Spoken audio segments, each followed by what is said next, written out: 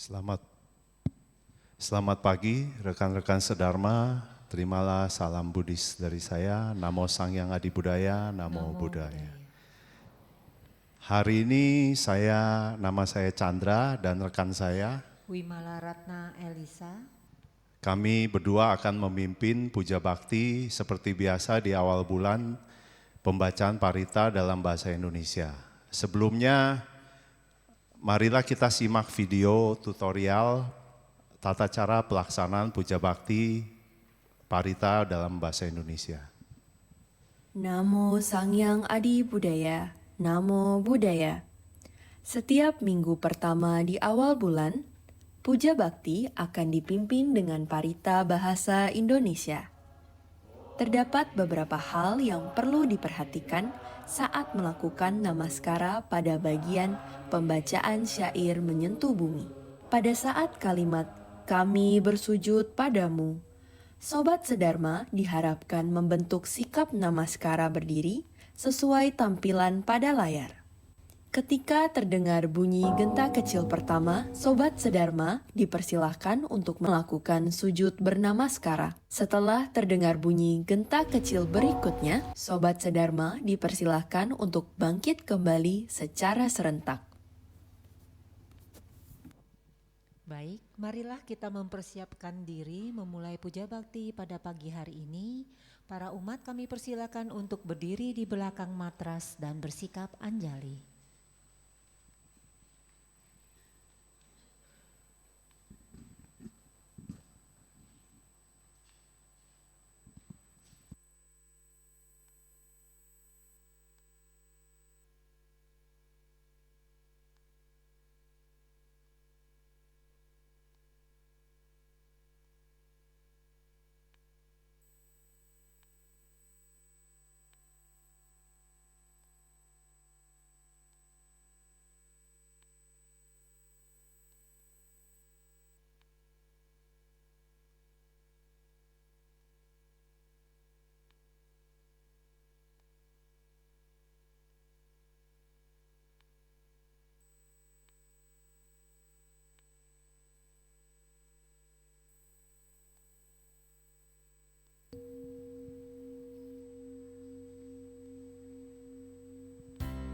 Persembahan dupa.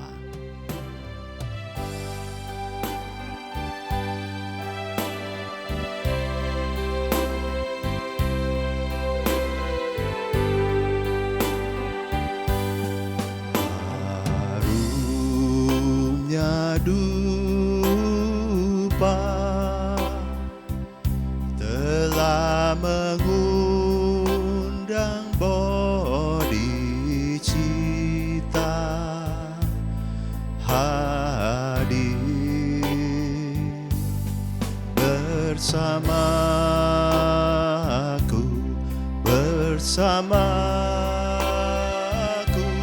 sesungguhnya di sini,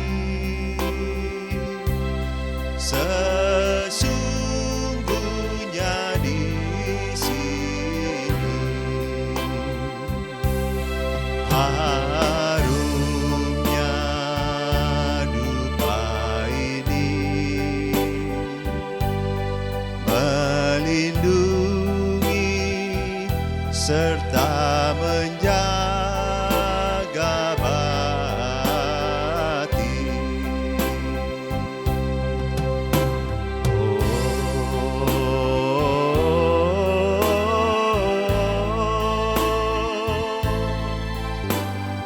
Harumnya dupa ini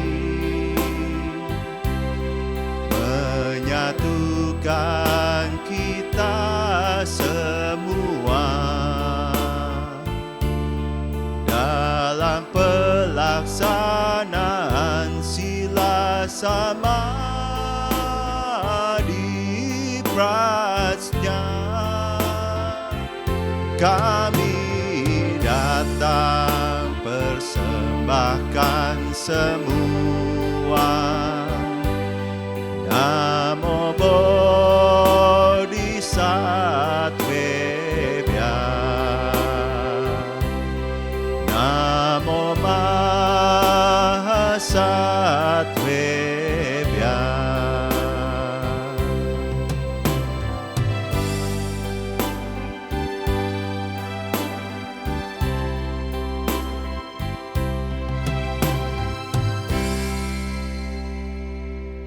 menyentuh bumi. Yang bersujud dan objek sujud pada hakikatnya sunyata. Oleh sebab itu komunikasi terjalin sempurna apa adanya. Pusat latihan kami adalah jaring indera, memantulkan semua Buddha di setiap sudut.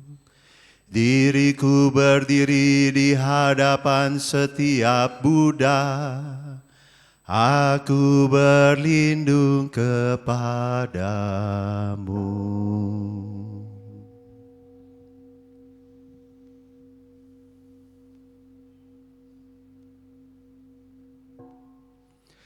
Mempersembahkan cahaya di 10 penjuru, Buddha, Dhamma, dan Sangha. Kami bersujud padamu.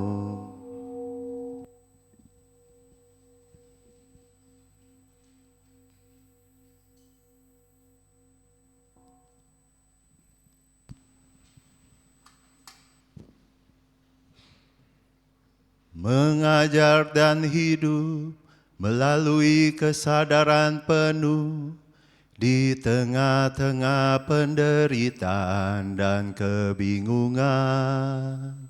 Buddha Sakyamuni, Dia yang telah sadar sepenuhnya, kami bersujud padamu.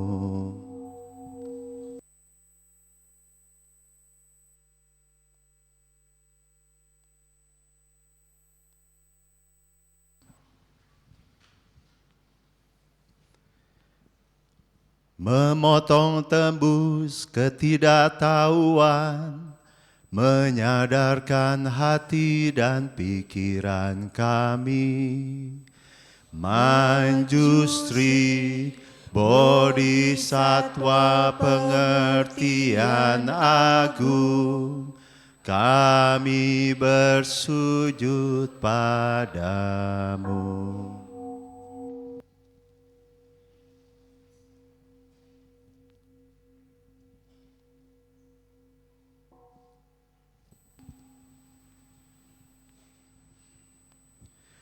Bekerja dengan penuh kesadaran, penuh sukacita, untuk kepentingan semua makhluk hidup.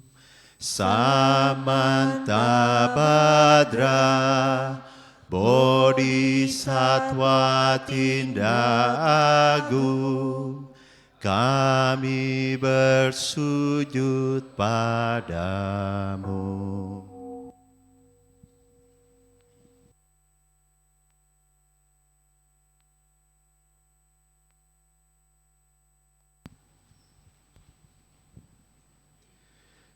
Mendengar secara mendalam, melayani makhluk dalam cara tanpa batas.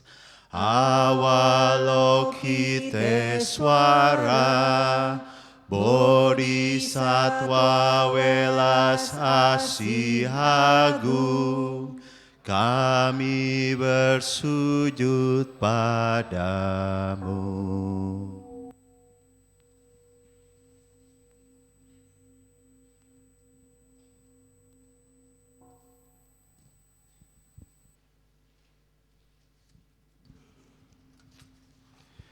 Tiada ketakutan dan tekun mengarungi alam-alam penderitaan dan kegelapan.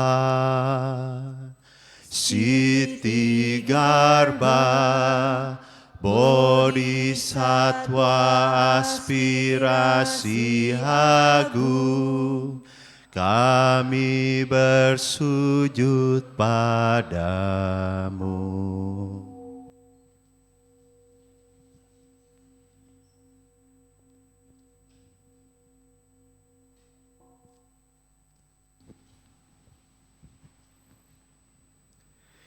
Ibunda semua Buddha, Bodhisattva dan semua makhluk, menopang dan menyembuhkan semuanya. Bodhisattva Pertiwi, Ibunda Bumi, permata indah jagat raya, kami bersujud padamu.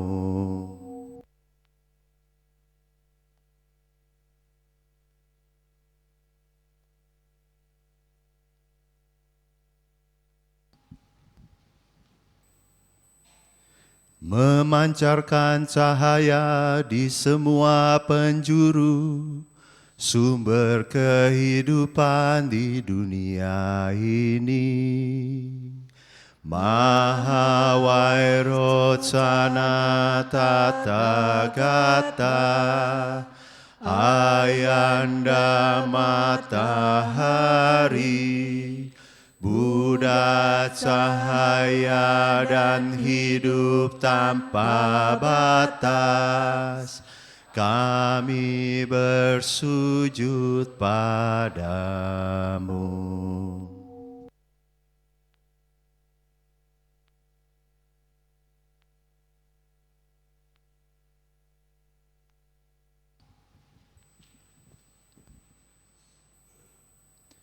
Benih kesadaran dan cinta kasih dalam anak-anak dan semua makhluk.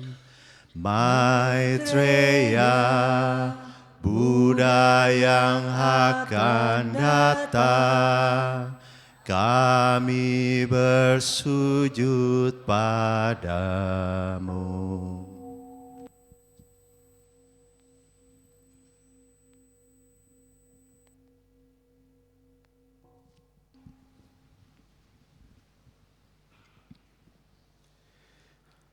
Menunjukkan jalan tanpa rasa takut dan penuh welas asih. Seluruh guru silsilah leluhur spiritual, kami bersujud padamu.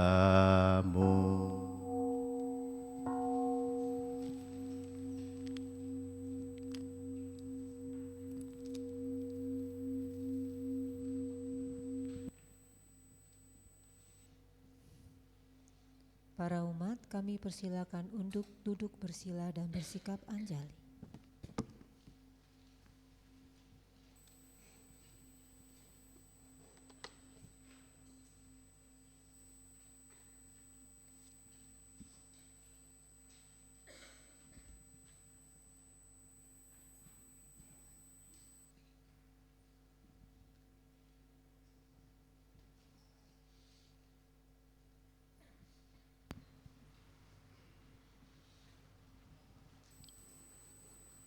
Gata pembukaan.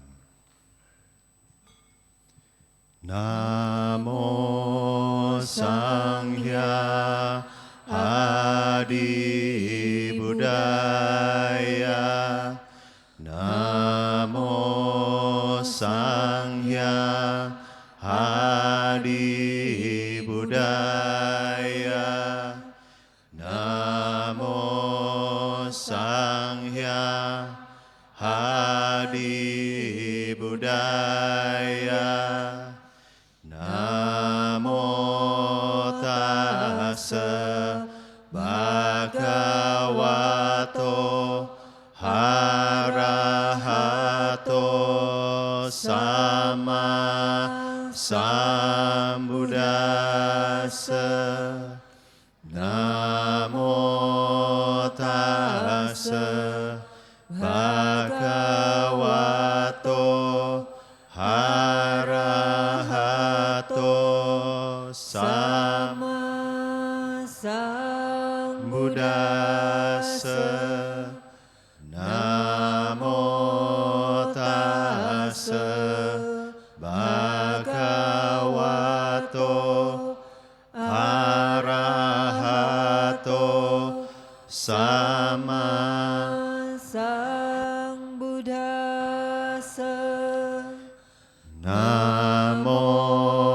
sarwe bodhisattvaya mahasattvaya Namo sarwe bodhisattvaya mahasattvaya Namo sarwe bodhisattvaya mahasattvaya Dharma begitu dalam dan indah, kini kami berkesempatan untuk melihat, mempelajari, dan mempraktikannya. Kami bertekad untuk merealisasikan makna sejatinya.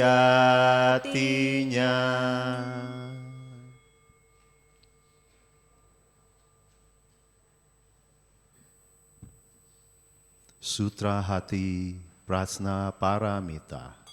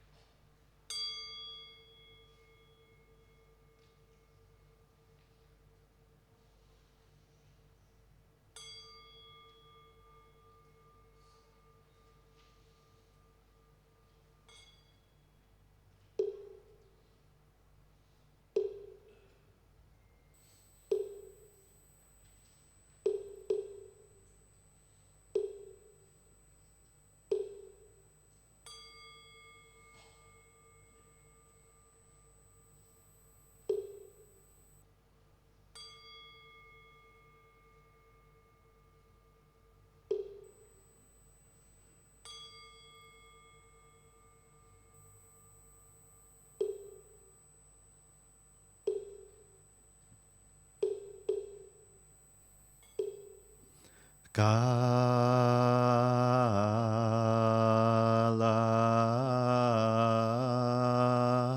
Bodhisattva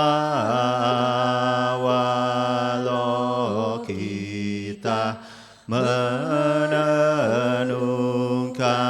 pengertian sempurna secara mendalam, menerangi lima skandha dan menyadari itu kosong adanya. Setelah penembusan ini, ia berhasil mengatasi duka. Dengarlah Sariputra, wujud adalah kekosongan, dan kekosongan adalah wujud. Wujud tiada beda dengan kekosongan. Kekosongan tiada beda dengan wujud.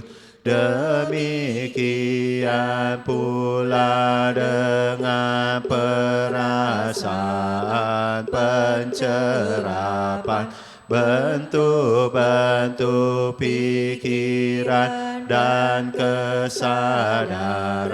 Dengarlah Sariputra, semua dharma bersirikan kekosongan, Dharma tidak diciptakan, juga tidak dimusnahkan, tidak kotor juga tidak murni, tidak berkurang juga tidak bertambah. Oleh sebab itu dalam kekosongan tiada wujud, tiada perasaan, tiada pencerapan, tiada bentuk-bentuk pikiran, tiada kesadaran, tiada mata, telinga, hidung, lidah, tubuh, ataupun pikiran. Tiada bentuk, tiada suara, tiada bau, tiada rasa, tiada objek dan tiada objek pikiran, tiada alam berbagai elemen. Dari kesadaran mata hingga kesadaran pikiran, tiada asal mula yang saling bergantungan serta kemusnahannya. Dari ketidaktahuan sampai kematian dan pelapukan, tiada duka, tiada sebab duka, tiada akhir duka, dan tiada jalan untuk mengakhiri duka. Tiada pengertian, tiada pencapaian, oleh karena tiada yang harus dicapai. Para bodhisatwa yang dipenuhi pengertian sempurna, tidak menemukan rintangan untuk pikiran mereka, karena tiada rintangan mereka mengatasi ketakutan, membebaskan diri mereka selamanya dari ilusi, dan merealisasi nirwana yang sempurna. Semua Buddha masa lalu, sekarang dan masa depan, berkat pengertian sempurna ini, tiba pada pencerahan penuh yang sempurna dan universal. Oleh karena itu perlu diketahui bahwa pengertian sempurna merupakan mantra sakti, mantra guna, mantra teragung yang tiada banding, penghancur segala duka, kebenaran sejati yang tak tergoyahkan. Oleh karena itu mantra prasna paramita sudah selayaknya diproklamasikan. Gate gate para gate para sanggate bodhiswaha. Gate gate para gate para sanggate bodhiswaha. Gate gate para gate para samgate bodhi swaha.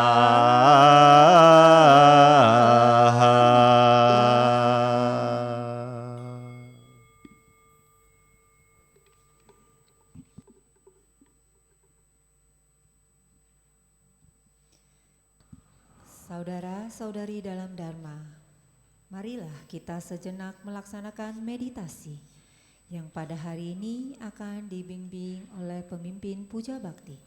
Kepada pemimpin Puja Bakti kami persilahkan. Sahabat Sudama, kini tidak tiba saatnya kita berlatih meditasi duduk di pandu. Pilihlah postur duduk yang nyaman dan rileks. Jika Anda duduk di kursi, izinkan kaki Anda menyentuh ke lantai. Jika Anda duduk di matras, biarkan kedua lutut beristirahat menyentuh matras atau lantai. Punggung tegak namun rileks, dengan tidak bersandar pada apapun. Dada tidak membusung atau membungkuk. Kedua telapak tangan bisa saling bertindihan. Kedua ibu jari bisa saling bersentuhan, membentuk sebuah lingkaran kecil. Letakkan di atas pangkuan kaki. Bahu rileks, kepala tegak. Hadirkan seulas senyuman kecil di wajah, sehingga otot-otot wajah menjadi rileks. Bawa pandangan mata turun ke bawah, biarkan mata terpejam.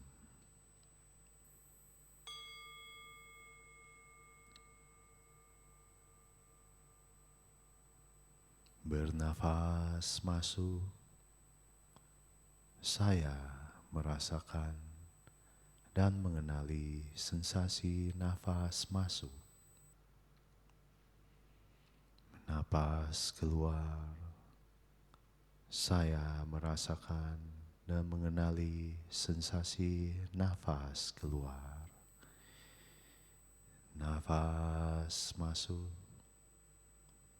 nafas keluar.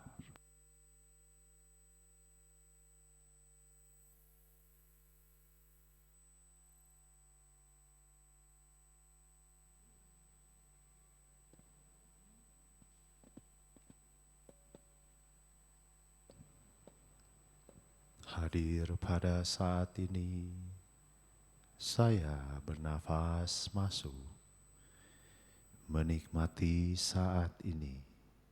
Saya bernafas keluar, hadir pada saat ini, menikmati saat ini.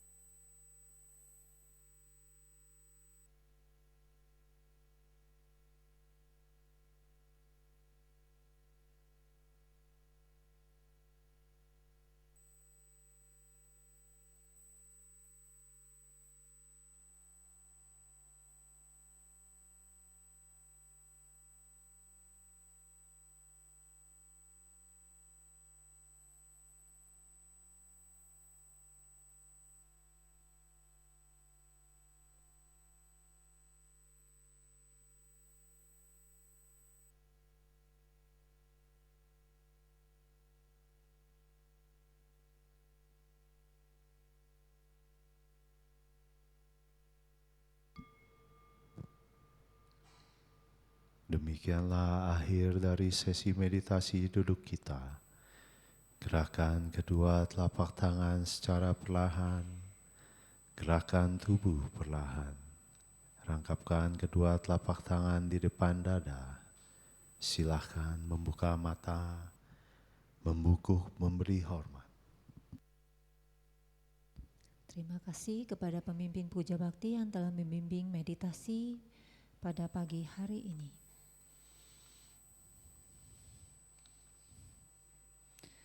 Saudara-saudari dalam Dharma, hari ini kita memiliki kegiatan bedah buku yang akan dipandu oleh moderator Saudara Hendra Lim.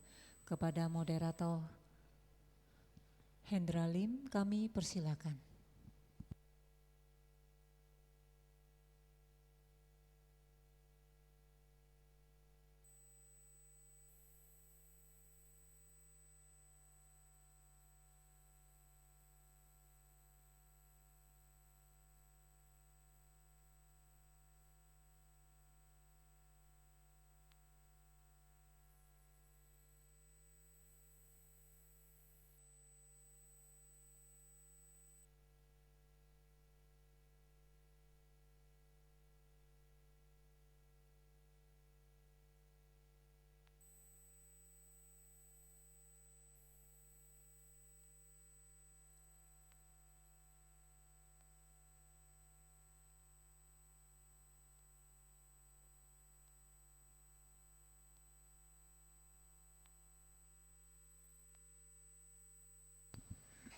Tes.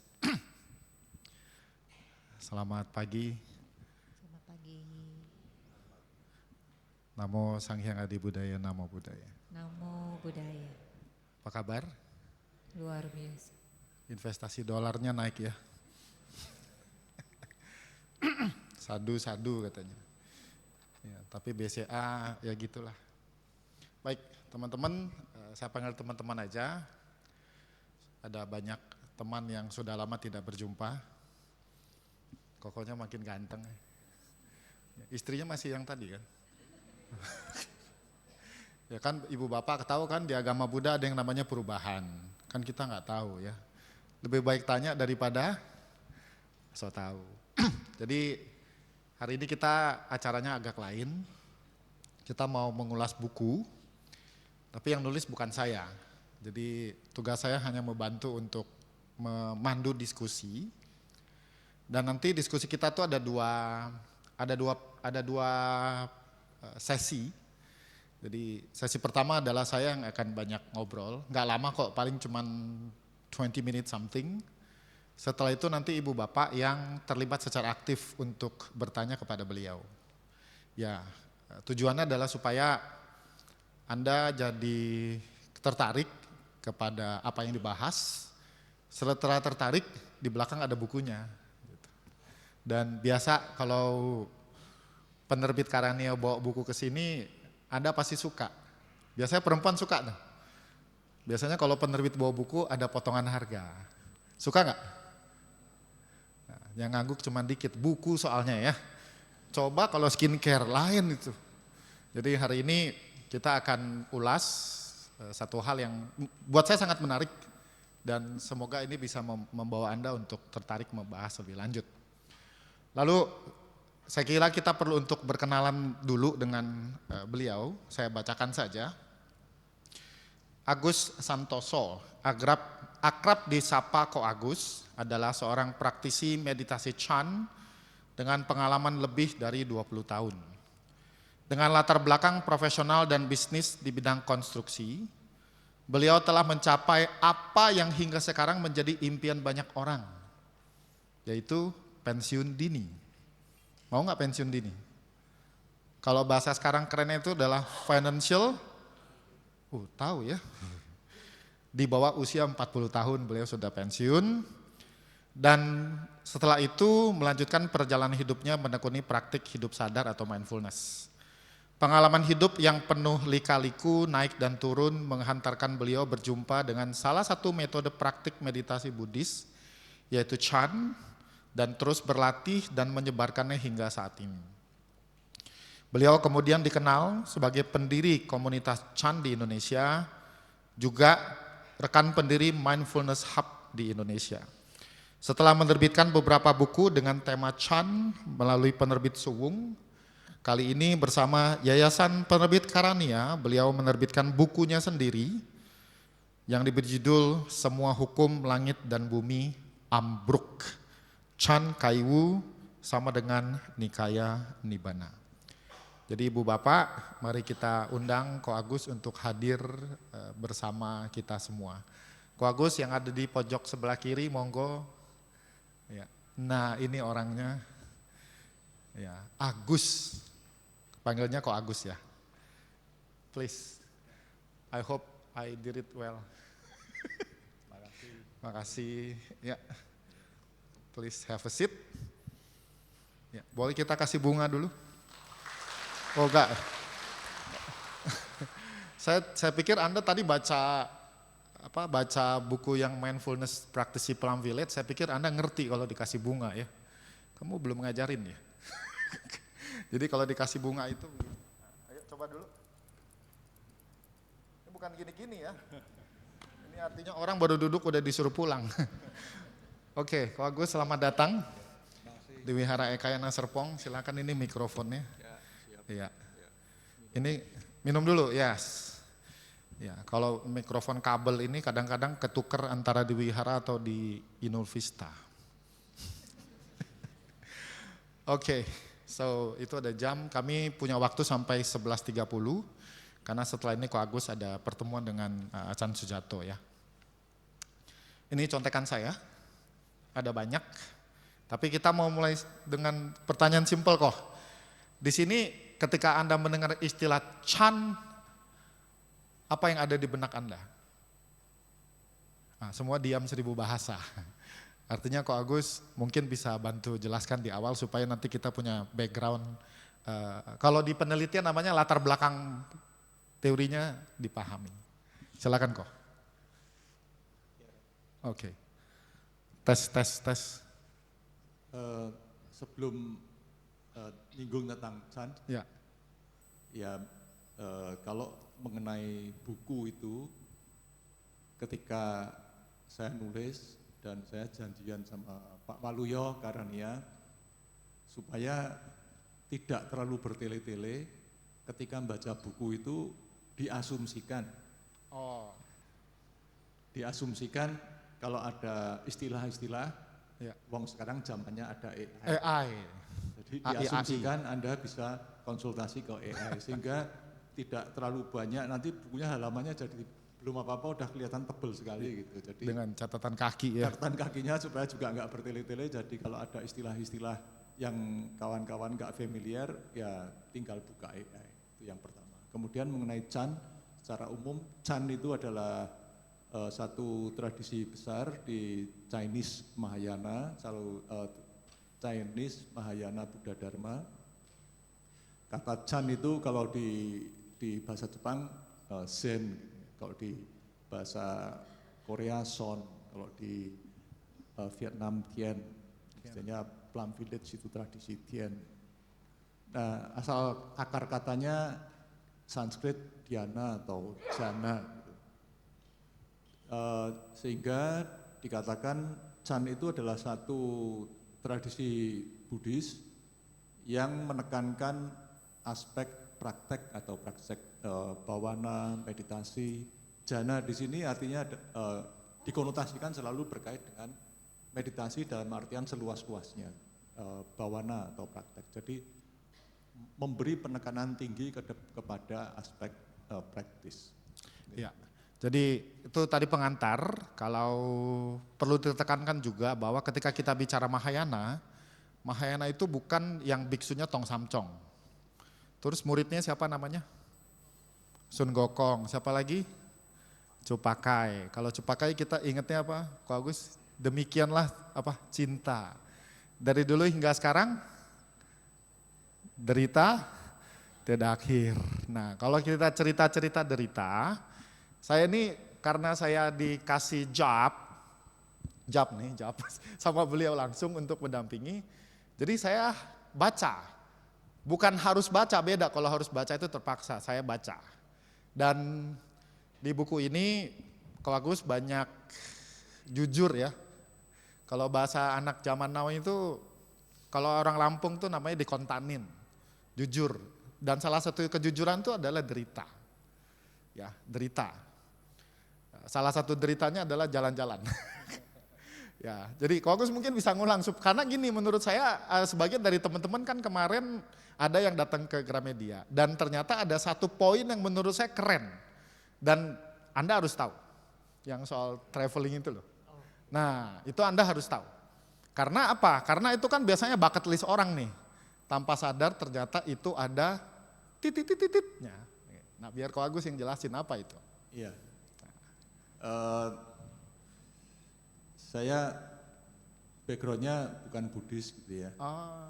Jadi tidak terlalu religius tapi dari kecil sekolahnya ya sekolah Kristen, kemudian SMA di sekolah Katolik, hidup itu. Jadi kalau ikut pelajaran agama ya agama Katolik. Katolik. Ya. Jadi tidak paham mengenai duka, penderitaan segala itu, konsep-konsep itu nggak paham. Awal itu gitu. Jadi sejak muda ya karena backgroundnya non-Buddhis. Ya non-Buddhis, dunia profesional, cita-citanya pengen jadi insinyur, teknik sipil. Di keluarga saya yang paling sukses adalah paman saya, insinyur dari UGM, kontraktor. Jadi ideal di keluarga kami ya ke arah situ. Jadi saya idealnya ya pengen segera lulus, profesional, kerja, punya duit, keliling dunia lah. Nah, ini. Jadi cita-citanya bucket listnya begitu. Simple kok. Ya, tapi kemudian agak sedikit lebih dewasa gitu, rasanya kalau cuma keliling dunia gitu kok norak banget ya. kayak nggak berbobot gitu loh. Jadi saya pengen yang agak berbobot. Jadi kalau keliling dunia, pengennya juga ada tujuannya, pengen belajar. Jadi nggak cuman foto-foto di Instagramable, ya, foto-foto di spot-spot khusus ya, biasanya segitu. Enggak lah. Jadi enggak menekankan foto-foto, tapi lebih kalau bisa keliling dunia ya belajar. Atau saya kalau jalan-jalan pengennya ya tidak cuman ikut tour, tapi biasanya selalu jalan sendiri, nyopir sendiri, keliling Amerika, keliling ke New Zealand, ke Australia, nyopir sendiri, jadi mampir-mampir. Tidur juga akomodasinya nyoba model begini, model begitu, model apa yang tinggal bed and breakfast di rumah. Kaki 5 sampai bintang 5 udah ya. Tinggal di rumah orang lokal, tinggal sekian hari ngalami hidup suasana seperti itu. Jadi agak berbobot sedikit. Agak gitu. berbobot. Kemudian kalau belakangan lagi setiap keluar negeri juga saya sukanya baca buku, jadi belanja buku zaman sebelum krisis, buku di Amerika itu murah sekali dibanding. Jadi kalau saya pergi, saya akan bawa tasnya double. Jadi dan yang beranak itu biasa. Jadi tasnya bawa serep Serep, nanti pulang isinya buku semua. Gitu loh. Nah, idealnya begitu dan sudah saya lakoni sekian waktu. Tapi ternyata intinya banyak contohnya, tapi di buku itu saya sebut suatu saat itu saya usia 33. Proyek sudah selesai, kan karena pekerjaan saya kontraktor, proyeknya proyek pemerintah, jadi ngikuti anggaran. Tidak seperti di swasta gitu ya. Proyek anggaran, jadi tutup anggaran, proyek sudah selesai, cuannya bagus, final, sudah nggak ada kewajiban apa-apa, tagihan udah masuk, jalan-jalan, keliling ke Amerika. Saya pergi ke Amerika pun zaman itu kalau orang turis kan ya Golden Gate, Universal, Hollywood, saya enggak ke situ. Saya cari ke National Park, ke Yosemite, cari seafood di Seattle, di pinggir hotel yang bagus, Edgewater misalnya gitu. Berdua sama teman, sama-sama laki. Teman sahabat sejak kuliah, akhirnya jadi partner kerja, seleranya sama, hobinya sama, cara berpikirnya sama. Banyak yang sama. Pokoknya senang-senangnya sama lah. Kami jalan-jalan keliling, kongko-kongko, hahaha, hihi, pokoknya happy-happy lah intinya. Happy gitu. Tapi mulai hari kesekian, saya habis pulang dari Yosemite, jalannya muter, saya berusaha untuk tidak lewat Lurus. jalan yang sama Oke. gitu, lewat jalan muter. Pulang gitu pemandangannya mulai nggak ada yang dilihat, badannya mulai agak capek, kurang tidur, mulailah urusan kecil-kecil kita tengkar gitu loh.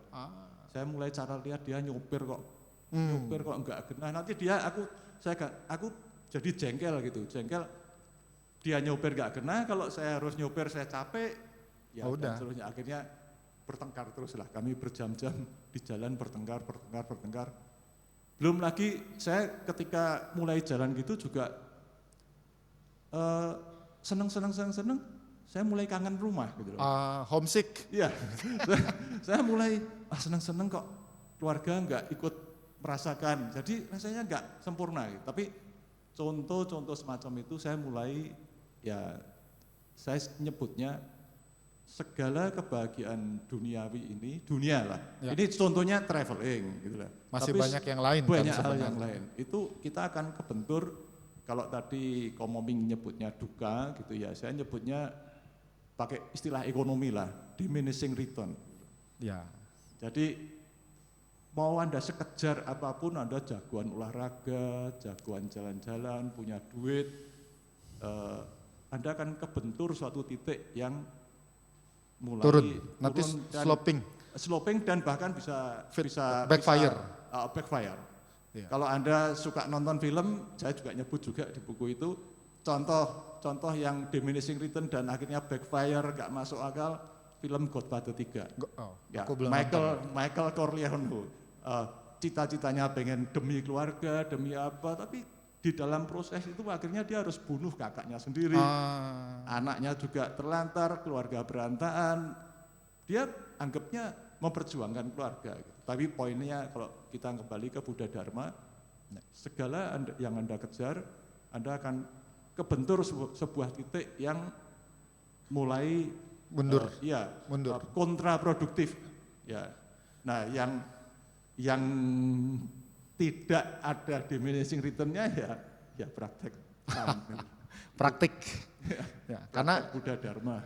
menurut saya ini penting ya, karena kan ini semua Buddhis rumah tangga, kecuali sebagian di ruangan ini yang bercita-cita masuk kehidupan monastik ya. Ada cita-cita kehidupan monastik dan tentu itu lain. Ini kan kita bicara dalam konteks Buddhis rumah tangga. Beliau sampai di satu titik seperti tadi saya bilang bahwa ketika kita sudah sampai tahapan finansial tertentu, ya ternyata memang harus mundur lagi kan. Apa yang kita capai, yang kita anggap itu puas, in the end it's not really satisfying in the end kan. Nah ternyata beliau masuk ke dunia praktisi meditasi, praktisi bawana, praktisi samadhi yang tadi sudah disampaikan itu, there is no point, tidak ada diminishing return-nya. Artinya ketika kita berlatih lebih lanjut, ya ternyata kita akan malah mendapatkan lebih banyak realisasi ya, kurang lebih seperti itu ya Ko Agus ya. Oke, baik teman-teman, di salah satu bagian buku ini yang menarik adalah Aku interupsi. Oke, lanjut, dulu, bagus. Ya. Nyebut diminishing return itu intinya praktek Buddha Dharma ini adalah perjalanan panjang memang ya, tapi adanya happy dan happy. Anda akan happy dan lebih happy. Jadi nggak ada namanya kemajuan kok negatif gitu, nggak ada. Jadi Anda tidak akan menghadapi kontraproduktif. Dan kembali misalnya baca buku gitu ya. Saya mungkin ada satu kutipan yang belakangan sering saya jumpai, yang bicara ini salah satu diplomat senior pensiunan dari Singapura, Bilahari Kausikan. Dia di Twitternya dia bilang, ada 3 cara orang belajar. satu. Yang pertama membaca, Oke. yang kedua merenung, berpikir, Baca, merenung, refleksi gitu. Yang ketiga kencing di pagar Rumah kawat orang. beraliran listrik. Kencing, bentar, tadi saya potong, kencing di pagar kawat beraliran listrik. Nyetrum kok. Ya, maksudnya begitulah. Jadi Anda harus kesetrum dulu, Oh, pingsan dulu. kesetrum. Jadi Anda dari buku tuh kalau bisa kan ya sakit, susah, pingsan, belajar dari orang lain lah. Nggak Oke. usah Anda harus tiap kali keprosok hal yang sama, keprosok yang hal sama, itu tujuannya orang baca buku antara lain begitulah. Supaya Jadi, tidak bodoh juga masuk ke tempat yang sama. Jangan kayak keledai. Oke, baik ya. Monggo, Moming. Monggo ya. Ini kita kok cepet banget ya, saya lihat udah mau jam 11. Udah hampir jam 11 Iya, ya. jam 11 saya sisa jatah satu pertanyaan lagi. Habis ini saya undang Anda bertanya. Karena kan ini adalah satu kesempatan ya, supaya kita bisa tahu lebih banyak. Salah satu hal yang penting adalah orang sering bertanya, buat apa saya latihan? Buat apa saya latihan meditasi? Toh hidup saya baik-baik saja kan? Betul? Tidak ada duka, ya so far I'm okay. Nah, kemudian apa sih dari pengalaman Ko Agus yang sekian banyak dampak yang positif yang bisa dibagikan ke teman-teman? Kita praktek Buddha Dharma atau latihan intensif. Sebetulnya kalau ngomong latihan intensif, nyatanya gitu ya, yang saya tempuh ini juga enggak intensif-intensif banget kok. Waktunya ini kalau di satu sisi tadi saya bilang diminishing return, ini praktek meditasi ini ROI-nya tinggi banget. Return of investment-nya tidak terbatas. Oke. Padahal investasinya juga nggak mahal-mahal banget, nggak mahal ya. gitu, relatif murah bahkan. Dan waktu yang saya spend untuk kegiatan praktek itu kurang lebih ya sama lah dengan orang yang penghobi serius dalam artian ya. Kalau Anda suka nge-gym atau suka olahraga lari atau suka bunga atau sekarang padel, Pak. ya misalnya padel, di mana-mana orang bikin padel gitu ya, pada latah, misalnya begitulah. Tapi memang bedanya adalah saya ini lazimnya kalau memulai sesuatu, begitu saya mulai saya nggak berhenti. Konsisten, komitmen, Konsisten, sampai lanjut. belasan tahun, puluhan tahun. Nah, sama juga lah urusan meditasi ini waktunya sebenarnya yang saya spend juga paling cuma 30 menit, 40 menit Setiap hari? Setiap hari. Tidak harus selalu duduk, biasanya saya manfaatkan juga sesi olahraga, lari sebagai sesi meditasi gitu. Jadi nggak butuh waktu banyak, hanya mindsetnya bahwa arah hidup saya mau saya arahkan ke sana. Gitu. Oke. Nah, kalau cerita 30 menit, kira-kira menurut teman-teman di sini, 30 menit itu meditasi lama atau sebentar? Oke, yang bilang lama boleh bantu angkat tangan. 30 menit itu lama? Oke, lama. Oke. Yang bilang lama banget? Yang bilang sebentar? Wah, banyak suhu di sini ya. Tapi saya impress ya. Ya. Tadi di Sesi meditasi tadi. betul. Tadi di awal sebelum masuk Pak Budi Karania Pak Agus nanti diskusi kalau bisa nyambung hal-hal yang keseharian Ya, supaya relate bisa nyambung dengan kawan-kawan. Saya datang pertama lihat, kemudian ya mencoba connect apa yang saya bisa connect. Yang saya jelas connect, wah suaranya bagus. Oh, dia dulu mantan penyanyi, Pak. Iya, cuman mungkin bakatnya nggak berkembang aja. Panduannya bagus memang. Bagus dan mestinya kalau bisa wihara-wihara di daerah-daerah ya Betul. begitu ya. Jadi mari kita praktek meditasi meta, pancangkan ke atas, ke kiri, Bawah. ke kanan, bingung. Saya datang ke wihara juga bingung yang dipancarkan Kemana? kemana gitu. Panduannya realistik, pilihan kata-katanya juga tidak banyak anda, saya membuat dia kata gantinya minim. Membuat orang tidak terlalu egonya nggak terlalu terpicu, jadi bisa ngikutin appreciate lah. Ini mungkin kalau di Sutta, Ko Chandra, kalau di Sutta yang saya tahu, Buddha itu suaranya bagus. Suaranya bagus. Bayangkan, Buddha suaranya bagus, murid Buddha suaranya juga bagus. Karena dulu saya kenal udah lama, dulu sama-sama di Ekayana Buddhist Resident Choir. Dia tugasnya nyanyi, saya tugasnya nganterin orang pulang, Pak. Beda karma kita kan. Nah, kembali ke sini kenapa saya tanya? Karena kan di buku ini juga Ko Agus jelasin ada orang yang memang dalam tahapan prakteknya mudah. ada yang sulit. Tadi itu sebenarnya cuma test the water, yang merasa 30 menit lama atau lama banget kan pasti ada alasannya. Nah ini yang saya pengen Ko Agus bisa bantu jelaskan. Kalau yang udah 30 menit set mah udah suhu dia. Nah kalau mungkin buat teman-teman yang merasa kesulitan, ada apa denganku sehingga 30 menit tuh rasanya lama banget. Nah Ya, itu. saya juga bukan tipe orang yang tahan duduk ya.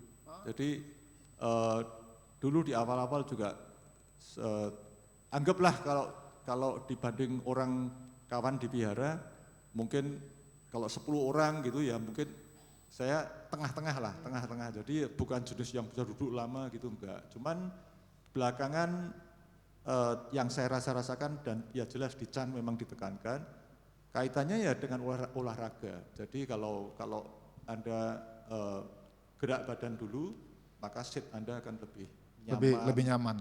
Sehingga sekarang pun saya juga kebiasaan saya begitu, saya pergi jogging dulu, bisa sejam, 1,5 jam keluar gitu. Saya dari rumah jogging, selesai jogging saya baru ke gym, saya nggak bawa mobil, jadi saya jogging, istirahatnya di gym. Oke, Di gym istirahat, cuci tangan, kebetulan gym saya di Hotel Tentrem di Jogja, ada ruang meditasi. Kok coba diulang nama hotelnya kok? Hotel Tentrem. Oh, Tentrem, ngeri juga ya. Gymnya di Tentrem bro. Ya. Ada ruang meditasinya, Ah. nggak ada yang pakai cuman saya. Jadi saya ke Tentrem, cuci-cuci, minum, istirahat sebentar. Kalau pengen ngopi ya bisa ngopi, terus sit di ruang itu? Di ruang itu, di ruang meditasi. Jadi kalau kawan nggak tahan duduk, ya olahraga. Pun sebetulnya andai Anda cuma punya waktu 30 menit dalam sehari, saya malah nganjurkan pilih olahraga daripada duduk meditasi. Loh, kok gitu? Ya, ini kata karena- praktisi meditasi loh. Ya, Pusing juga aneh. ya. Jadi utamakan olahraga, karena kalau Oke. Anda olahraga badannya berarti seger, dan olahraga itu sendiri kan bisa Anda manfaatkan sebagai Untuk meditasi. meditasi. Gitu. Terus di buku ini juga ada penjelasan yang kemarin kita bahas tuh namanya holistik.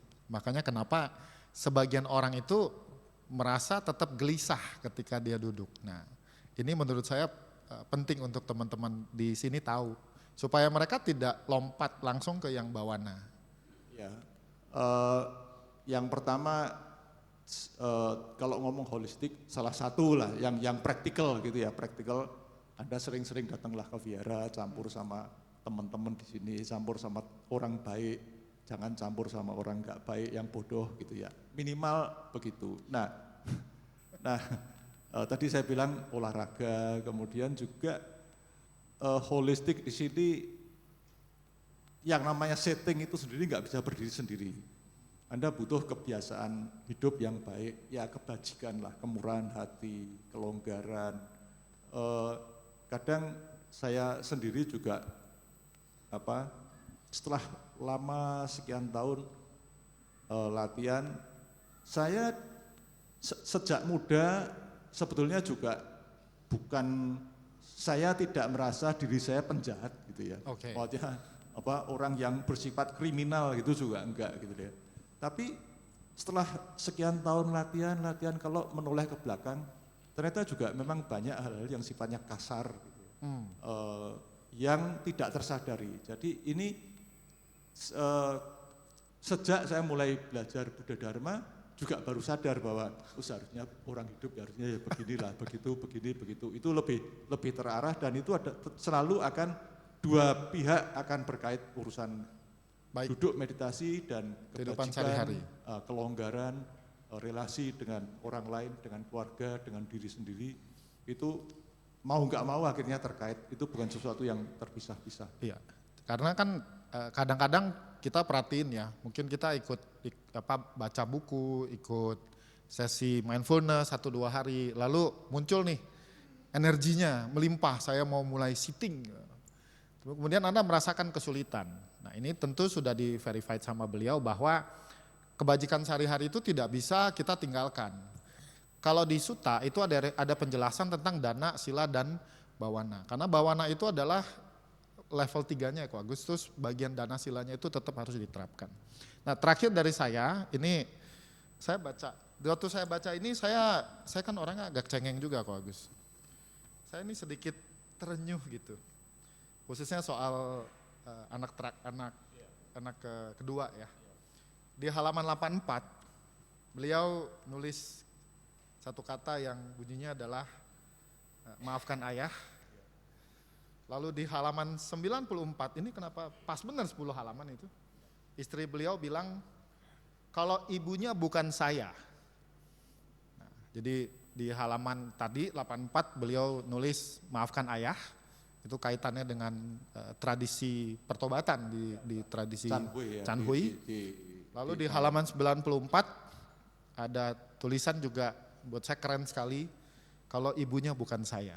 Nah tentu ini nanti ada kaitannya dengan bagaimana Ko Agus menghadapi kehidupan sehari-hari dengan kondisi anak yang berkebutuhan khusus dan apa nih yang membuat itu bisa diatasi gitu.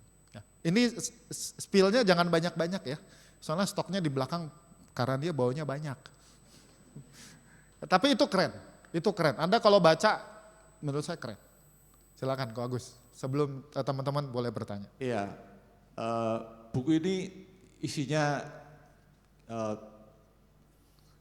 pendek-pendek dan Anda bisa dijadikan bahan diskusi atau renungan, sparring partner gitu ya.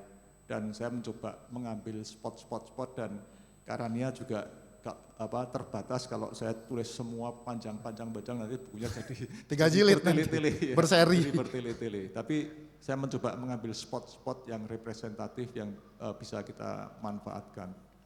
Kebetulan anak saya yang nomor 2 si Kevin itu ya. sejak bayi. kecil ya brain injured lah, cacat dia, orang nyebutnya cerebral palsy atau autistik dan sebagainya. Jadi sejak kecil keluarga saya ya harus handle Kevin itu. Mungkin saya ambil satu pengalaman satu spot dan hal-hal yang mungkin tidak tertulis di situ gitu loh. Ya. Saya cerita antara lain di situ. Ya. Waktu itu saya nemenin papa operasi jantung di Singapura. Kemudian tetangga apartemen yang sama-sama pasien di Mount Elizabeth Singapura, itu anaknya balita, cakep, wajahnya tampan gitu, tapi katanya harus ngalami operasi batok kepala sama bulu matanya ini tumbuh ke dalam. Oh. Sehingga dia terus berair. Jadi saya tanya kenapa? Permasalahannya katanya toksoplasma gitu. Toksoplasma. Ya, toksoplasma. Waktu itu karena istri saya sedang hamil muda, ya sekitar 2 bulan atau 1,5 bulan gitu ya. Saya jadi parno gitu, jadi paranoid. Begitu saya pulang, saya bingung, terus saya minta istri saya cek gitu. Nah, ceknya ketika dicek intinya dokternya juga alpa, enggak ngecek zaman itu gitu. Kita dicek ada 2 tes gitu. Tes yang satu positif, tes yang satu negatif. Nah, tes yang negatif menunjukkan bahwa pada saat itu dia tidak sedang sakit. Si ibu tidak sedang sakit. Karena pengaruh ke janin nanti. Ya, nah tes yang positif menunjukkan bahwa ibu ini pernah sakit. Tapi sakitnya kapan nggak jelas. Apakah sebelum hamil atau pada saat kehamilan itu. Nah, karena penyakit ini nanti pengaruh ke janinnya. Betul. Saya jadi takut nanti kalau lahir jadi kasus seperti tetangga di apartemen Singapura itu gitu, jadi kasus begitu. Sehingga waktu itu saya juga belum belajar Buddhis. Saya gampangan aja, saya bilang istri gugurkan gitu. Nah, istri saya menolak keras gitu. Dia bilang saya nggak tega, ini darah dagingku, aku nggak mau. Saya bilang nanti risikonya gini. Saya pikirnya safe play aja lah, gugurkan aja gitu. Beres. Iya. Istrinya enggak, saya ini darah dagingku. nanti kalau sampai keluar cacat, tak tanggung, ini darah dagingku akan saya rawat, saya tackle, nggak masalah dia bilang gitu. Terus saya baca buku ya, kok di Jakarta saya buka buku UI ya, tapi intinya secara statistik kalau kejadian seperti itu, seperti kasus yang tesnya seperti itu, peluangnya itu resikonya 1 banding 100.000 kalau nggak salah gitu.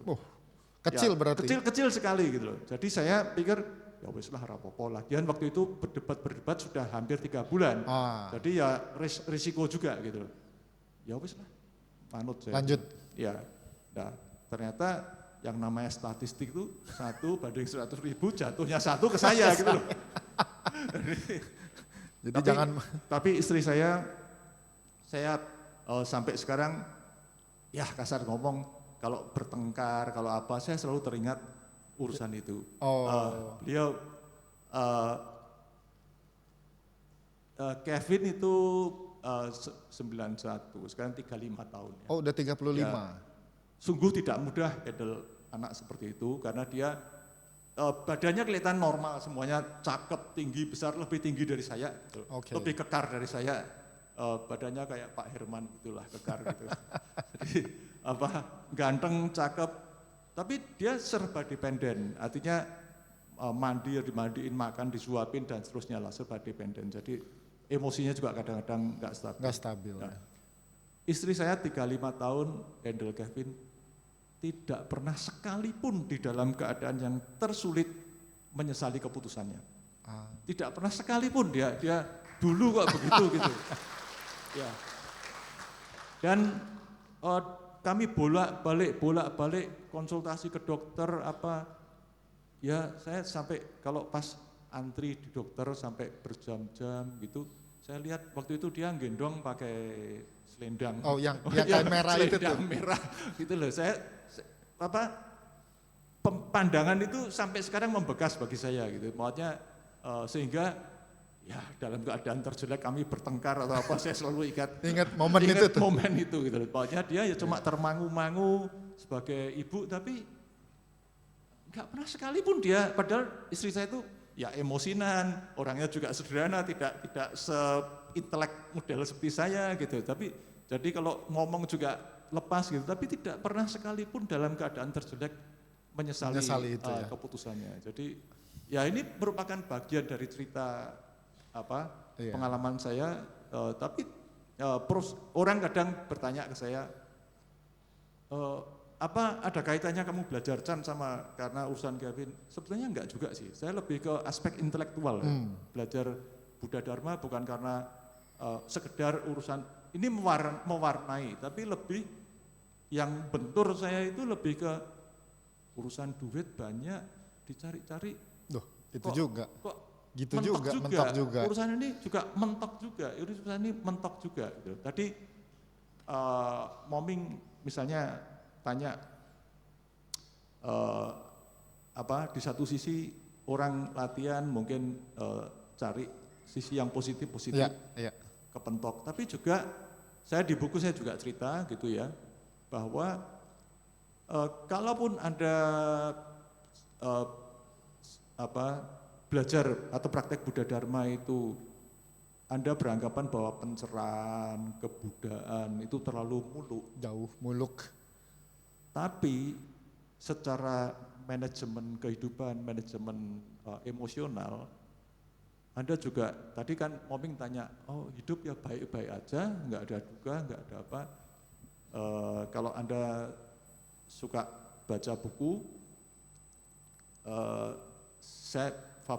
salah satu buku favorit saya, penulisnya namanya Nicholas Nassim Taleb. Bukunya kalau di Gramedia bestseller Black Swan. Itu Black Swan. Buku yang pertama judulnya Fooled by Randomness. Gitu. Nah itu di pembukaan, di prolognya dia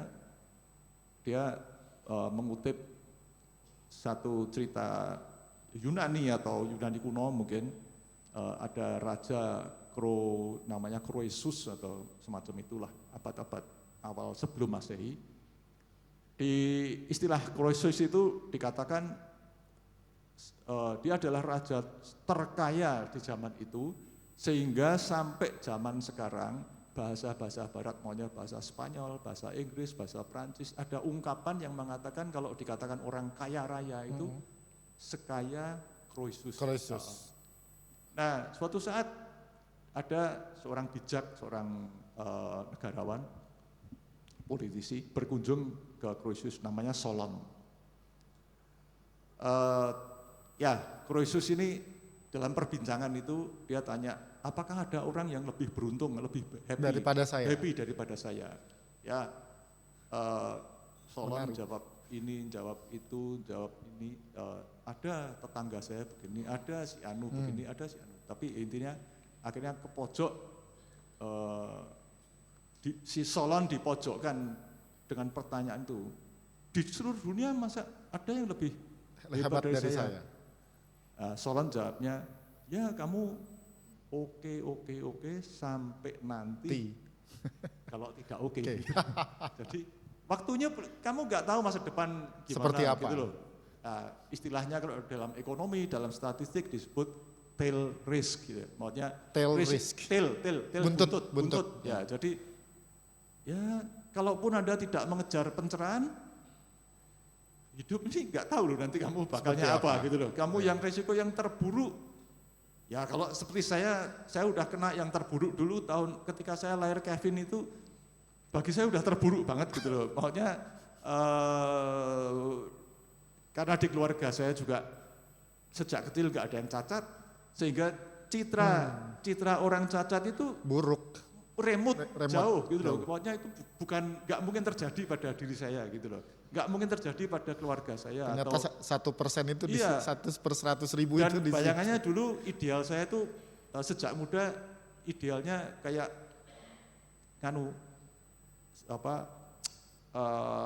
ikonnya iklan keluarga berencana KB, kalian nggak tahu lah sekarang sudah saya nggak ada iklan KB itu suami istri, 2 anak, terus 2 anak main layang-layang di pantai gitu. Ya itu bayangan saya besok keluarga saya kurang lebih seperti itu lah gitu loh. Tiba-tiba benar 2 anak cacat. Wah itu betul-betul sampai berbulan-bulan saya tidur malam bisa terbangun kayak mimpi buruk, kayak sebuah kenyataan yang nggak kebayang. Nggak kebayang gitu loh. Tidak ada dalam rencana kehidupan Ko Agus itu. Sampai belum lagi kalau di Jawa itu malu, aib, merasa kayak terkutuk dia. Bahkan kalau di Jawa orang bilang kalau punya anak begitu kayaknya punya kesugihan lah, punya jin semacam itulah. Kontraktor lagi ya. Sekalian kan. Iya. Oke. Ya. Jadi di buku ini ada 2 chapter ya, 3 atau 4 chapter minimal pasti 2 itu yang beliau membagikan perjuangan Ibu Lan ya. Ibu Lan. Jadi nanti supaya lebih tahu Anda baca aja ya. Karena itu tadi saya baca bagian itu saya bilang keren sekali. Ya baik, kita kalau menurut jam ini kita punya waktu 15 menit. Jadi saya undang teman-teman untuk mengajukan pertanyaan sesuai dengan apa yang kita bahas ya, silakan kalau mungkin ada hal-hal yang mengganjal soal praktik ataupun yang terkait dalam kehidupan sehari-hari ya Ko Agus ya. Ya. Terus ada itu ya. Saya ya tutup sedikit dulu, saya tambahkan sedikit ya. Enggak connect. Ya, silakan Ko Agus tambahin dulu. Saya tambahkan sedikit. Tadi saya di meling sama Pak Budi suruh nyambung dan sebagainya, saya coba satu ya suaranya bagus dan masih Chandra. Saya nggak tahu kalau pas kebaktian lain apa ya. Tapi saya selalu kesini dia yang mimpin. Oh. Cuma saya bingung emang apa cuman satu-satunya atau memang direncanakan gitu. Pas banget setiap kali gua kesini lu. Kemudian yang lain saya nggak tahu kalian siapa namanya? Chandra. Kalau bagian yang belakang ini misalnya kumpulan lagu praktek sadar penuh ini kadang dibacakan atau tidak? Yang biasa itu pas latihan. Oh, ini yang biasanya yang tradisi PV ya? Day of Mindfulness atau Mindful Mom Better Mom itu biasa suka dinyanyikan. Oke. Atau kalau boleh Ibu atau Chandra bacakan ini satu. Yang mana? Sebentar. Nafas masuk. Nafas masuk.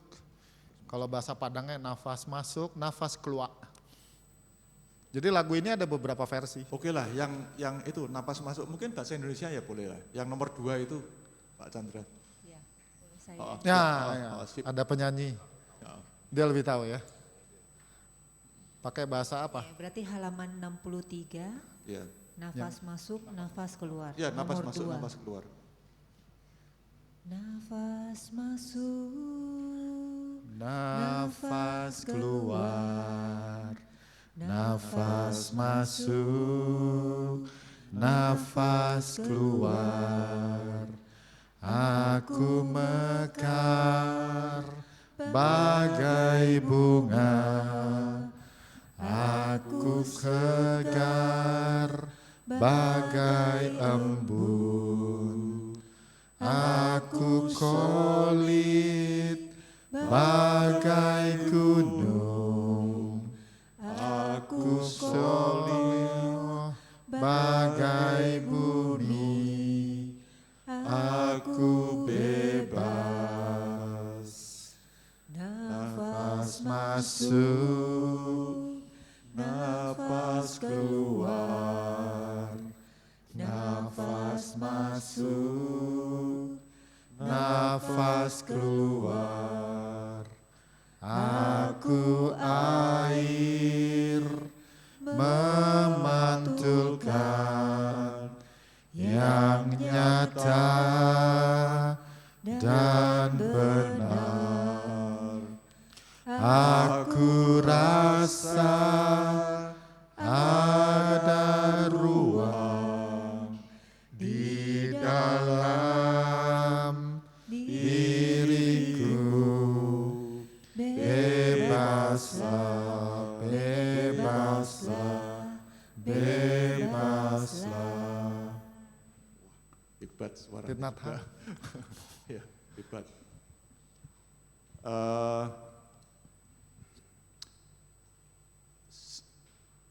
Kalau Anda baca buku saya itu, salah satu misi yang saya sepakati dengan Pak Waluyo Karania, kita ini mencoba untuk menyajikan suatu hal yang baru, yang belum ada Ya. di mungkin Indonesia. di Indonesia dan seterusnya. Nah, ketika saya membaca ini,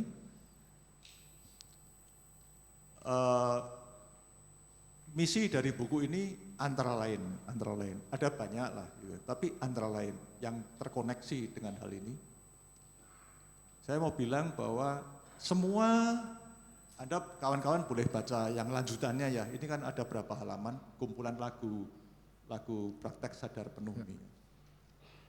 Semua yang tertulis di sini. ini, ya, enggak maksudnya yang di lagu-lagu, Di lagu-lagu ini, ini. kumpulan lagu-lagu dari Plum Plum Village ini bukan puisi cantik ya.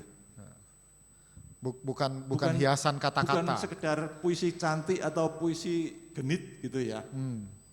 Ini experiential sebetulnya. Gitu. Pengalaman langsung langsung. syair-syair dari Thai. Ya, jadi kalau ini bukan sekedar Bukan lagu, bukan dulu cuman lagu. Ketika saya belum punya pengalaman, saya pikir ini cuma puisi-puisi lagu. cantik gitu, I see. lagu gitu loh. Tapi setelah praktek, mulai pengalaman, ini menggambarkan pengalaman real gitu loh. I see. Yang Anda alami ketika Anda praktek, Anda bisa mengalami seperti Jadi, yang ditulis, dinyanyikan tadi. betul, ya. Jadi bukan sekedar buat genit-genit aja gitu loh. Isi genit. Ya. Oke, ya, makasih. Iya, jadi ini bukan sekedar lagu yang gagah-gagahan ya, karena kan ditulis oleh Jan Master Tinathan juga. Sekaligus bahwa isi buku tersebut juga banyak menceritakan pengalaman-pengalaman praktik yang tentu akan membawa semacam insight bagi kita semua ya. Oke, boleh tolong ditampilin pertanyaannya. Cuman 3 ya? 4 ya?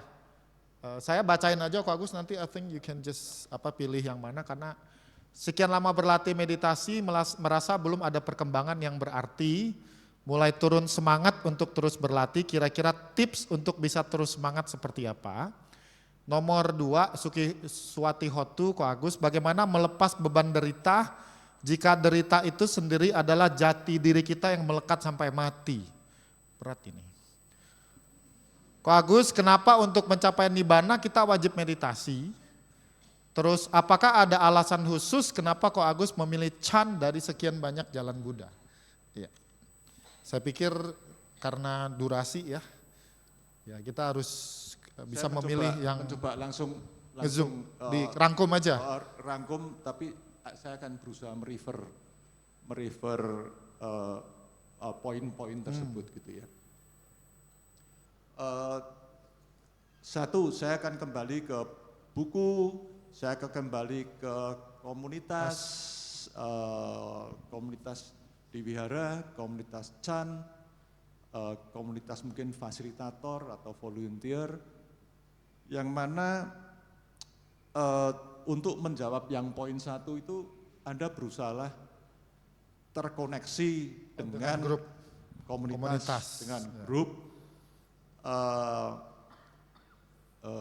Karena itu juga pengaruhnya besar. Iya, jadi di satu sisi kalau kita bahas misalnya nomor satu itu ya, kalau Anda tanya mengapa meditasi rasanya seperti tidak berdampak. Gitu Tidak ya. berkembang, tidak Ya, berdampak. tidak berkembang, tidak berdampak. Sebetulnya kemarin di one day sitting di Tanjung Duren, saya juga mendapat pertanyaan yang mirip-mirip juga. Sebetulnya kalau Anda tanya saya yang sudah hampir 30 tahun latihan, ketika saya sekarang duduk meditasi ya tadi di Bandung, rasanya juga sama sebetulnya. Saya juga merasa saya duduk meditasi tidak bermanfaat. Jadi kepiye? Jadi itu pengalaman yang sama, artinya semua juga kalian akan menghadapi situasi seperti itu. Bedanya karena saya pernah ngalami yang bermanfaat, nggak berhenti. Iya, saya jadi apa? Saya yakin saya pernah kok ngalami yang bermanfaat. Itulah fungsinya mungkin buku atau komunitas. Di sini yang Pak seterusnya. Agus bilang antara nabung dengan narik. Iya, betul. Nah. Jadi kayak orang nabung lah. Ya kalau Anda pergi sekolah berangkat sejak kita kecil berangkat sekolah juga kalian nggak otomatis jadi bebas finansial gitu loh. Jadi tetap semua ada aspek nabung, gajian mungkin tanggal 1 misalnya seperti itu yang pertama. Dan itu koneksitasnya komunitas lah. Kalau sendirian susah, mau nggak mau Anda butuh teman bareng-bareng. Kemudian bisa tolong tampilin lagi. Nomor 2. Nomor 2 itu yang saya ingat, hidup saya menderita terus sampai mati. Jati dirimu adalah penderitaan. Ya, itu Anda nanti baca di buku itu. Saya mencoba nyoroti yang tadi diminishing return. Diminishing return. Saya mencoba sampai ke level atlet. Michael Phelps, pemenang Olimpiade dan sebagainya. 16 emas. Saya jawabannya adalah solusinya adalah berjuang untuk lebih kosong. Ya karena diri ini memang ilusi yang kita penderitaan. Ya mau nggak mau Anda harus realisasi bahwa diri ini ilusi. Itu mau nggak mau seperti itu. Kemudian kalau nibbana berkait dengan meditasi, ya nggak ada pilihan lain lah, berita buruknya begitu. Nggak ada solusi. That's the one and the only one forever. Ya, jadi kalau Anda dengar ada orang ngomong saya bisa meditasi nggak usah pakai duduk, itu yang ngomong orang lain. Nipu lah itu. Kalau udah untuk bagi saya omong kosong nggak usah didengerin lah, itu Anda campur-campur aja yang teman-teman yang di sini. Terus terakhir, kenapa milihnya Chan dari sekian banyak Buddha? Ya ada suatu hal-hal yang sifatnya, akhirnya kalau Anda pilih metode dan tradisi dan sebagainya, ada sesuatu chemistry yang sifatnya personal gitu ya. Chan ini, saya selalu punya perasaan begini sampai sekarang. 30 tahun atau tradisi Chan, saya 25 tahun. Chan ini kalau kadang Buddha mengatakan Buddha Dharma itu seperti ada permisalan seperti tapak kaki gajah gitu. Pokoknya semua tapak binatang yang lain bisa Masuk ke dalam. masuk ke situ. Jadi bagi saya Chan ini yang paling lebar. Oke. Paling lebar di antara tradisi-tradisi yang lain. Dan contohnya saya praktisi Chan, saya bisa belajar Theravada, saya belajar EBT, guru saya juga nggak pernah protes, nggak ada yang ngelarang, nggak ada yang mengkritik. Saya bisa belajar apa saja karena saya praktisi Chan. Saya ini adalah user. Jadi saya gampangnya urusan Buddha Dharma, saya adalah user gitu. Saya sesuai kebutuhan saya, sesuai keuntungan yang saya petik. Saya bisa belajar sana sini, bahkan termasuk malah guru saya sendiri, Sifu Gojun, perintahkan kami belajar mindfulness modern, sehingga kami mengambil sertifikasi MBCT misalnya gitu. Nah sebaliknya, kalau Anda di tradisi lain, Anda boleh tanya sendirilah. Anda tradisi lain, apa Anda boleh guru Anda mengizinkan Anda belajar yang lain, belajar yang itu, ya Anda bakal dikomplain lah. Nah, di Chan saya tidak pernah mengalami komplain seperti itu. Kami adalah kaum merdeka gitu. Ya gitu. Jadi ingat pertama kali saya ketemu Ko Agus itu 17 Agustus 2000 sekian. Judul workshopnya adalah Merdeka dengan Chan. Jadi dengan itu juga kita merdeka dulu hari ini karena durasi dan sekali lagi saya undang teman-teman untuk bisa mempelajari Chan lebih lanjut melalui buku yang Pak Agus tulis. Nanti akan ada banyak pengalaman-pengalaman, ada banyak insight yang didapatkan, dan kalau saya boleh rangkum topik kita. Saya nyambung dikit, mumpung masih ada semenit. Ya, masih pertanyaan yang tadi terakhir, kenapa belajar Chan? Saya ini, tadi saya bilang saya backgroundnya bukan Buddhis, terus kemudian ya gara-gara menerbitkan buku, belajar Chan dan sebagainya, jadi gaul sama orang Buddhis. Saya pergi ke New York, ikut Master Sheng Yen, nggak pernah gaul sama orang Buddhis. Oke. Ngambil Trisarana juga belum gaul sama Buddhis. Gaul. Ya. Andai kata saya gaul dengan orang Buddhis dulu. Enggak jadi ya, gini. Enggak jadi Buddhis ya mungkin. Jadi saya setelah belajar Chan sekian tahun baru gaul sama orang Buddhis. Gitu. Nah, setelah saya sekian puluh tahun, tadi saya bilang saya mulai gaul sama orang Buddhis itu mungkin tahun 2003-2004 lah gitu ya. Itu baru pelan-pelan gaul sama kawan-kawan Buddhis. Ya pandangan saya memang naik turun berubah, kadang situasi berubah. Tapi poin saya ya berkait dengan seluruh tradisi. Saya merasa akhirnya gitu ya, saya merasa rumah saya ini ya di sini. Di Budayana, di Ekayana dengan segala keterbatasan, kelebihan dan plus minus gitu ya. Tapi saya merasa saya sangat tersokong, terfasilitasi, terdukung, baik diri saya sendiri, komunitas, Chan itu ya di keluarga Budayana, keluarga Ekayana. Sejak awal saya merasa selalu tersokong. Itu terkait dengan pilihan tapak gajah tadi. Selalu terfasilitasi, tidak dikungkung. Oh, tidak, gini nggak boleh, gitu nggak boleh.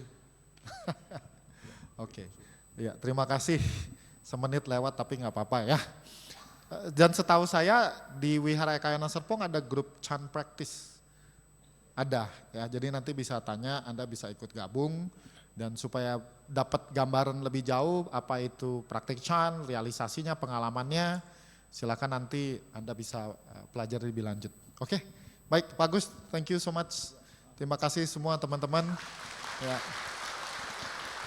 Dan sekalian kita izin langsung meluncur ya karena ada kegiatan di tempat lain.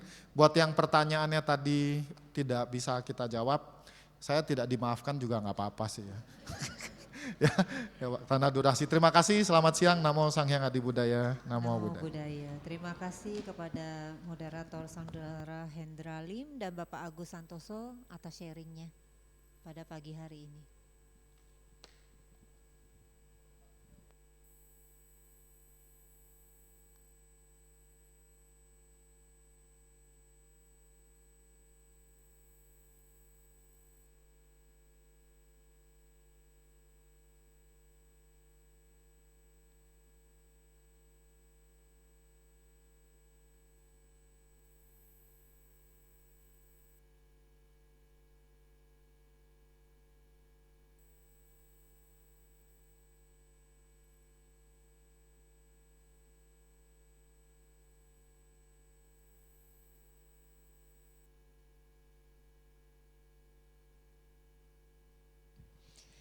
Baik, kini marilah kita melakukan kebajikan dengan berdana untuk kepentingan Dharma, seraya menyanyikan lagu Dana Paramita. Umat bisa berdana melalui scan QR QRIS atau di kantong dana yang telah disediakan oleh petugas.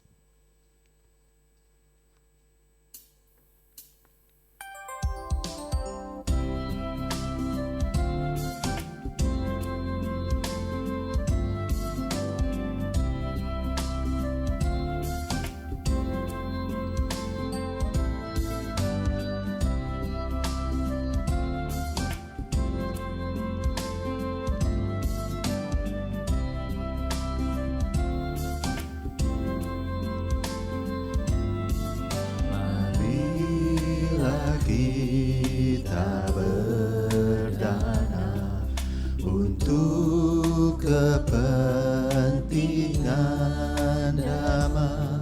Semoga kita dalam berkah kasih Buddha Maha Suci. Berdanalah kita semua dengan hati ikhlas rela. Semoga karma baik kita berlimpah rahmat Triratna.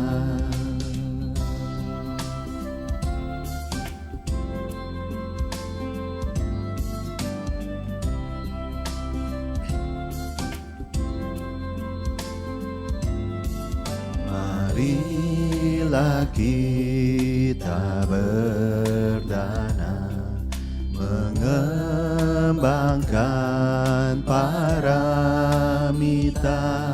Semoga kita hidup damai dalam kemurahan hati.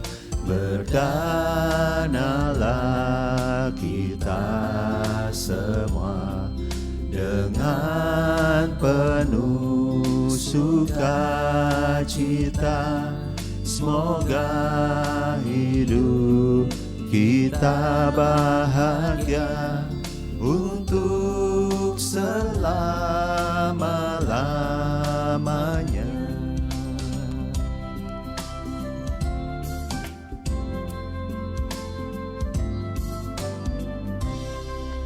Terima kasih atas dana yang telah diberikan. Semoga bermanfaat bagi perkembangan Buddha Dhamma dan Sangha. Kini kita akan mendengarkan sedikit pengumuman yang akan disampaikan oleh pemimpin kebaktian. Hari ini hari Minggu 7 Juni 2026. Pengumuman yang pertama adalah retret meditasi Chan pada tanggal 13 sampai 21 Juni 2026 akan dibimbing oleh Cici Fasih dan akan berlangsung di Pondok Sadana Amitayus Cisarua Bogor. Pendaftaran dengan scan QR Code yang tertera di poster. Kedua, kelas Dhamma oleh Romo Kolim diadakan pada tanggal 20 Juni 2026 di ruang meeting lantai 2. 3. Bagi umat yang ingin mendapat informasi mengenai kegiatan Wihara Ekayana Serpong bisa bergabung melalui WhatsApp channel Wihara Ekayana Serpong. Yang terakhir, umat diberi kesempatan untuk dana LED patung rupang Buddha yang berada di sisi kiri dan kanan ruang bakti sala. Untuk informasi bisa menghubungi front desk di lantai dasar. Demikian pengumuman hari ini.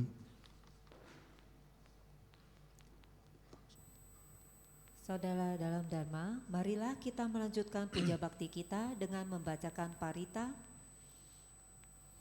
penutup. 3 perlindungan.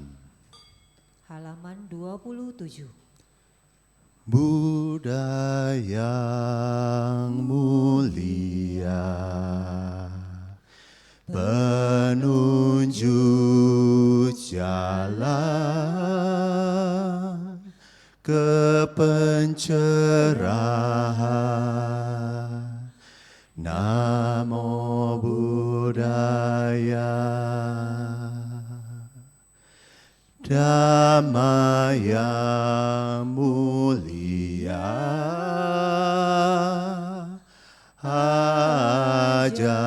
ajaran kasih bijaksana. Namo Dhammaya. Sangga yang mulia, hidup bersama damai dan harmonis. Namo Sanggaya. Buddhang sarana gacchami,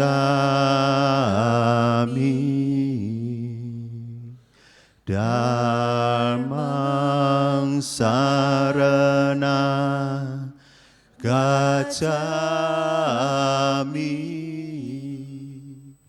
Sangghang sarana gacchami.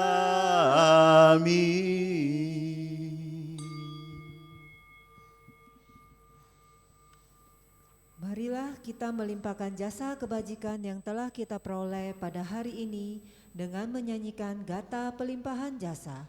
Umat dipersilakan untuk berdiri di belakang matras dan bersikap anjali.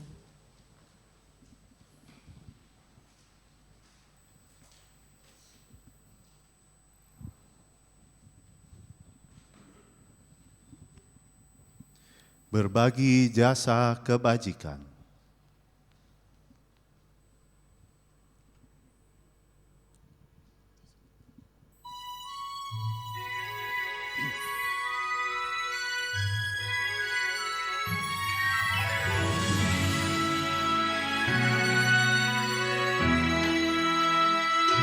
Semoga jasa dan kebajikan memperindah tanah suci para Buddha, membalas 4 budi besar dan menolong mereka di 3 alam sengsara. Semoga mereka yang mendengarkan Dhamma ini semua bertekad membangkitkan kebodian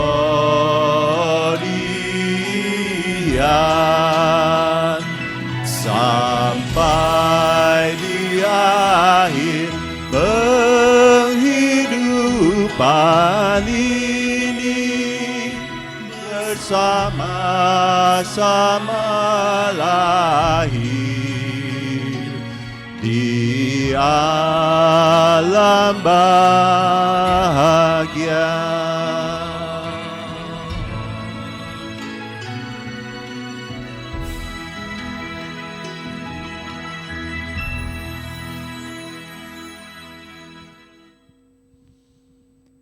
Sabe sata bawantu sukitata, semoga semua makhluk hidup berbahagia.